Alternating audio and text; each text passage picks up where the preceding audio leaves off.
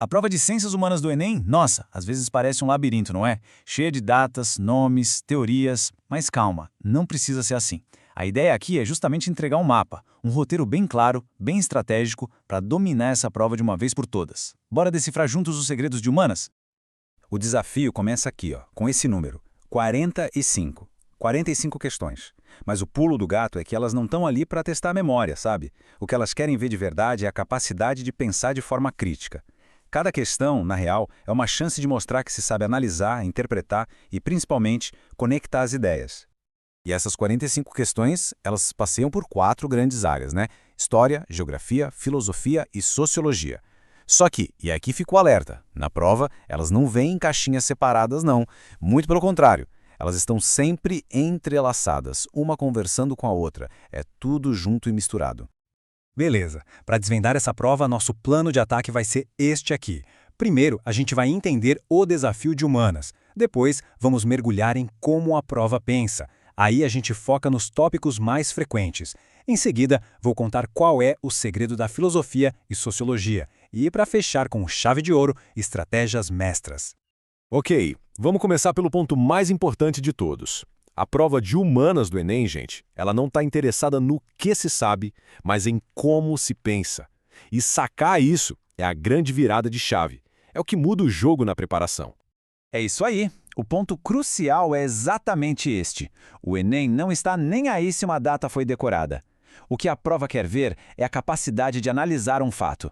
É sobre pegar um texto, um mapa, um gráfico e usar o conhecimento para tirar um significado dali. Vou até repetir porque isso é fundamental. Não é sobre decorar, é sobre interpretar. A tal da interpretação crítica é a chave de tudo. Agora, para ir bem de verdade, tem que entrar no jogo, sabe? É preciso pensar como a prova pensa. Sim, existe uma lógica, uma espécie de mentalidade por trás do Enem. E quando a gente saca essa mentalidade, nossa, tudo fica muito mais claro, muito mais fácil. Olha só que interessante essa comparação.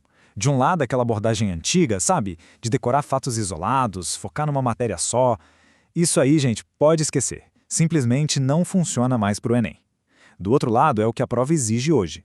Interpretação crítica, leitura contextualizada, ou seja, entender o porquê das coisas e, o mais importante de tudo, fazer conexões entre as disciplinas. Exato.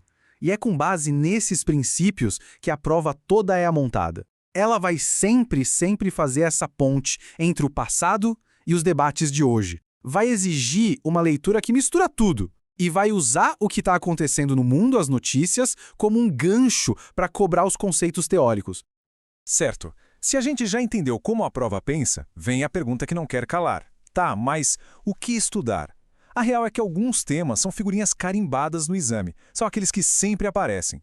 Focar neles é a estratégia mais inteligente que existe. Então anota aí, porque aqui estão os 5 grandes eixos temáticos que precisam estar na ponta da língua. Ciência e tecnologia, meio ambiente e sustentabilidade, direitos humanos e cidadania, migrações e conflitos internacionais e a chamada nova ordem mundial.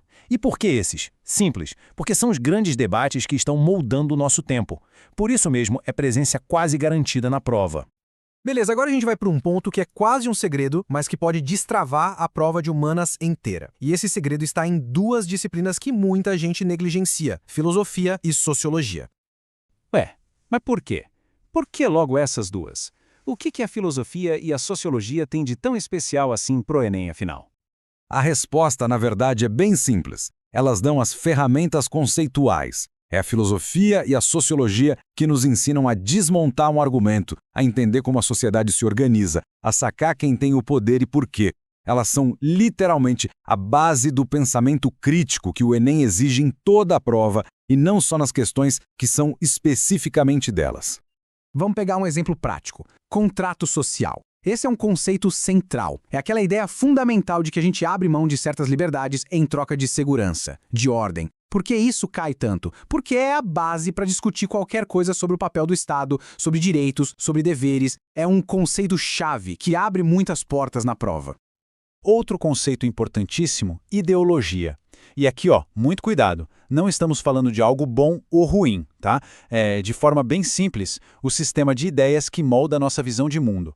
O Enem adora testar a habilidade de identificar qual é a ideologia por trás de um texto, de um discurso. É uma habilidade de interpretação super avançada. Agora, o conceito de poder. Pense nele como um verdadeiro coringa. Ele aparece em história, quando se analisa impérios, aparece em geografia, na discussão de geopolítica e, claro, em sociologia, nas relações sociais.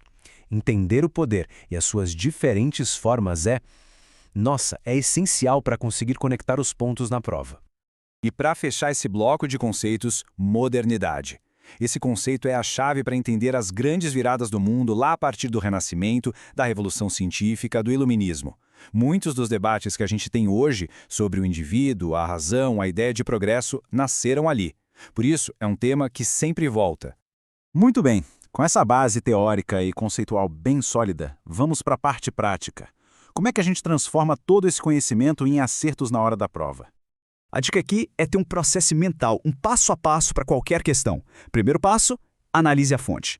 É ler com atenção total o texto, o gráfico, o que for. Segundo, identifique o conceito central. O que a questão está pedindo de verdade? Qual é o comando? E terceiro, conecte com o contexto. É hora de ligar o que está ali na fonte com todo o repertório de conhecimento. É um método simples, mas muito, muito poderoso para organizar o raciocínio. E para deixar esse repertório afiado, vale a pena usar umas técnicas que funcionam muito. Por exemplo, criar mapas mentais para visualizar as conexões entre as ideias. Outra coisa, escrever resumos bem curtinhos para forçar a síntese do que é mais importante. E, claro, praticar com provas antigas para pegar o jeito da banca. E o que é fundamental, ficar de olho nas notícias e tentar conectar com a teoria. Isso mantém o estudo vivo, relevante. No fim do dia, a chave suprema é essa combinação. Ter o conhecimento, mas não saber interpretar não adianta muito na hora H. E tentar interpretar sem ter um repertório fica tudo muito superficial. O sucesso de verdade está na junção perfeita dessas duas coisas. E essa frase final, ela resume perfeitamente a filosofia do exame. A prova de humanas do Enem é muito mais que um vestibular. É um convite para a gente entender o mundo complexo que está à nossa volta. E dominar essa habilidade não é só a chave para a aprovação não, hein? Essa é a verdadeira vitória.